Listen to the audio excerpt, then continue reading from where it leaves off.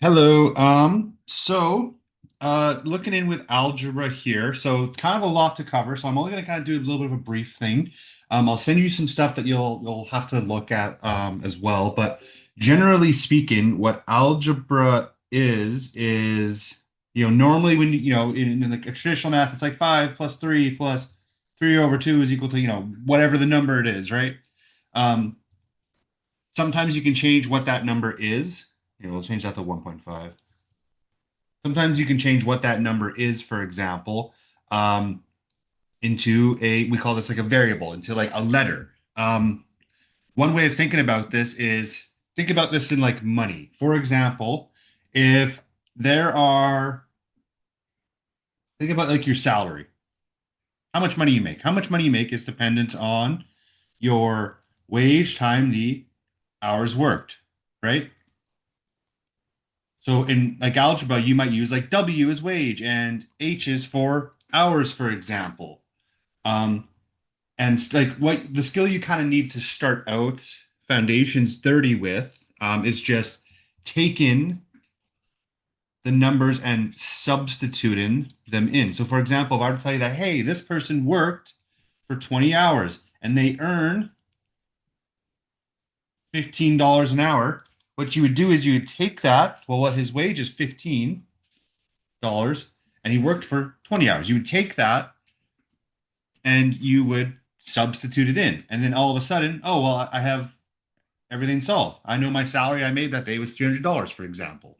Um, so that's an example of like, so this is here's an example of what we would call like substitution. And this is something that you're going to actually need for this.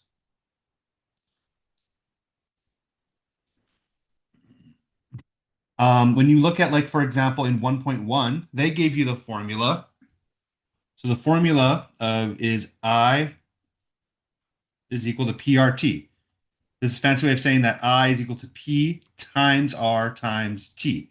And we know what all these things mean, right? I is like how much interest was earned on the loan. P was that principal that we got from it. I is the interest rate as a decimal and so forth. So for example, if I tell you that, hey, here's I needed $1,000 loan at a 5% interest rate, and it's a 2-year loan, for example, you would just take these figures and you would substitute it in for that. So if that makes sense there, right? So I would just take that, it's $1,000, it's 5% interest rate, and it's a 2-year loan.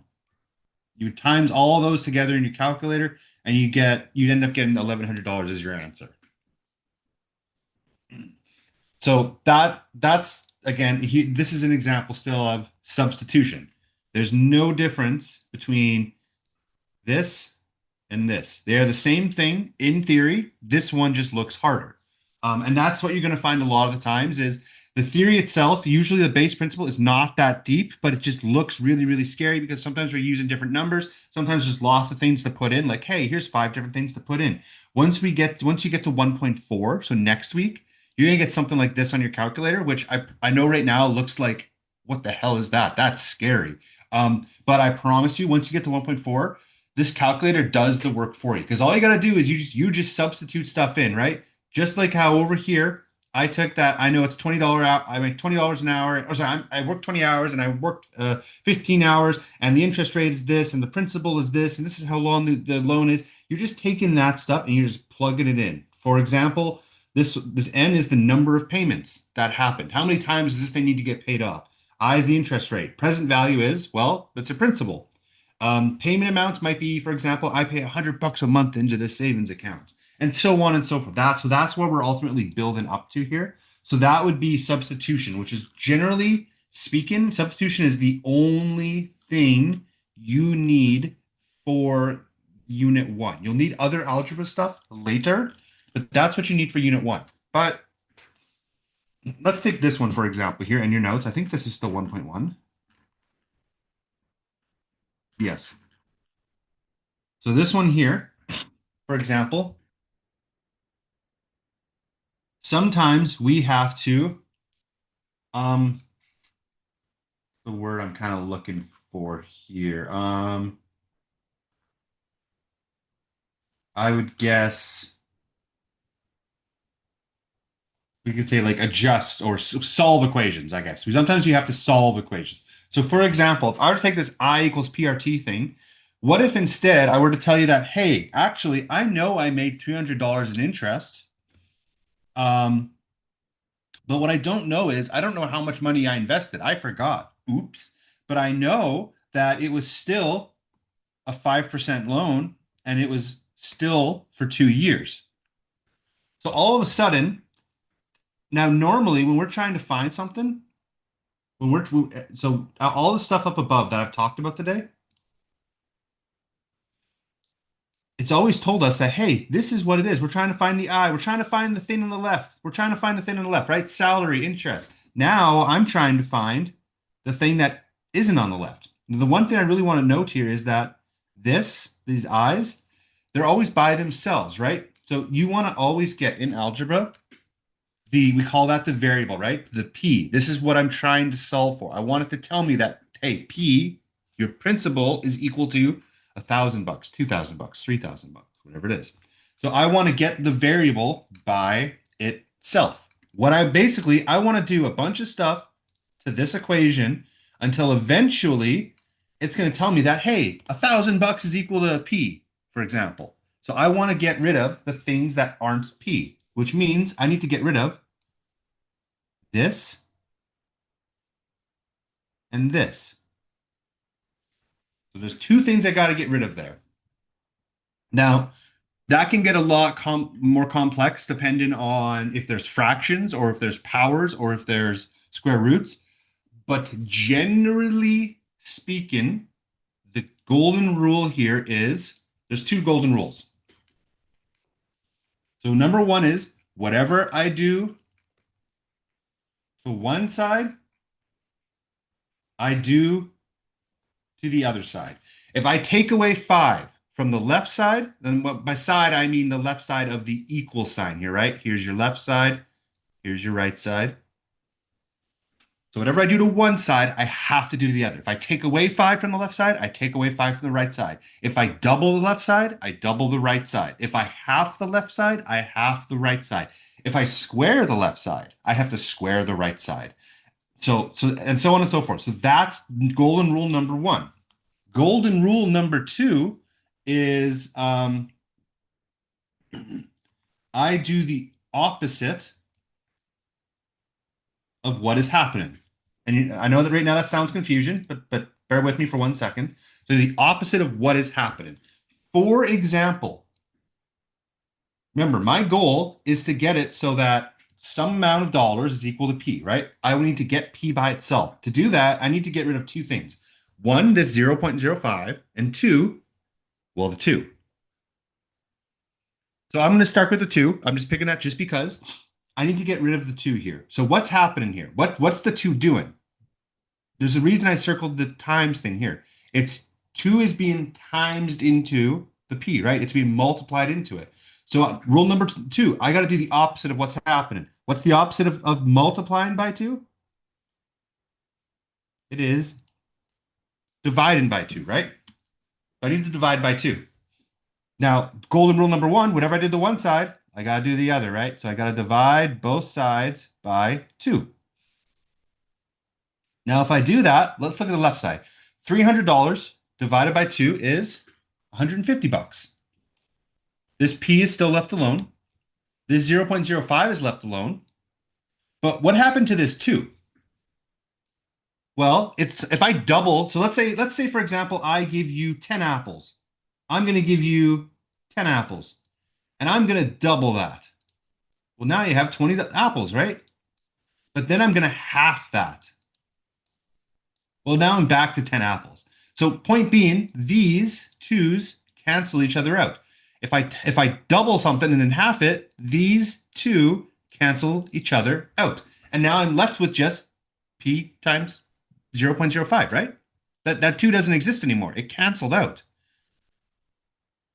So now at this point, I want you to pause the video and think, what can I do at this point to get P by itself? What do I need to do to 0.05 to get P by itself? All right. So just like before, well, what's happening? It's being times into it. So what's the opposite of times it by 0.05? It's divided by 0.05. And I'm going to do that to both sides, right?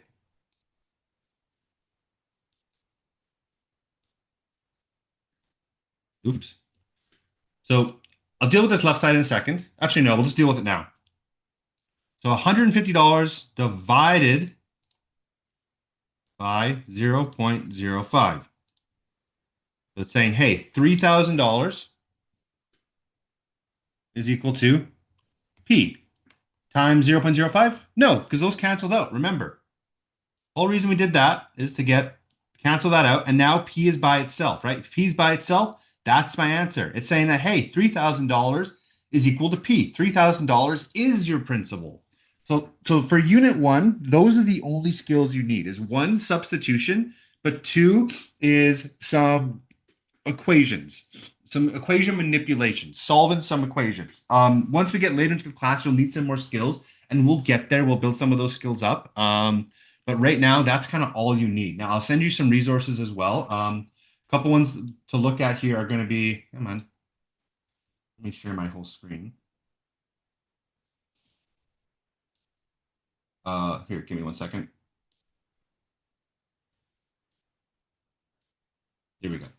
Um, so yeah, okay, sure. Perfect. Okay, so Khan Academy is really, really good for this. If you go to math, they have pre-algebra, and like a lot of the stuff that we did. I don't remember if you were in my math 20 class or not, but a lot of the stuff that you've looked at before, like percentages and fractions and like patterns, all of that really comes into like as a pre-algebra step, and then there's actual algebra in here, and it can get really, really complex. But starting out, you'll want to look at this pre-algebra part and this algebra one part. Now, there's a couple like options here. For example, in this pre-algebra, there is variables and expressions. There is one step and two step inequalities. Come on. And there is equations and inequalities introductions, for example. So these are some that you'll probably want to do this actually, 6, 7, and then 10. 6, 7. Yeah. Then when we get to algebra one, there are foundations here, for example. So you'll probably want to jump straight into something like that. Now, you're not going to need everything here, but generally speaking, probably just these first two would be definitely good enough. And in fact, this might even be too far of what you need right now for unit one, but this you will need this stuff later on. So I would say right now, focus on that. We can give you an extension for unit one if you want. That's not a big deal. But ultimately, if you're not too comfortable with algebra, you're not too experienced with it, the class, I can't spend the entire class teaching about algebra, right? Because it is a grade 12 level class. If I did that, we wouldn't have time to do what actually is supposed to be taught in the class. But what we can do is we can set up a plan where you can practice this stuff and get those skills. There is no quick fix to it. All it's going to take some hard work. It's going to take some time, and it's going to take like not last minute it too. That's a very important thing in academics, especially with something like this. You need to sleep after doing it for it to cement itself, right? You're kind of fast tracking. This takes usually students 4 years of work to do, right? Between the pre-algebra, you start with like just the substitutions, then the one steps, then the two-step equations. We haven't gone into like, what if I divide? What if I do a power? What if there's brackets and so on and so forth? But we'll get there. I know it might seem intimidating. You'll get it. But it will require some work on your part. So right now, I'll leave that with you for now, and we can talk more about that on Tuesday.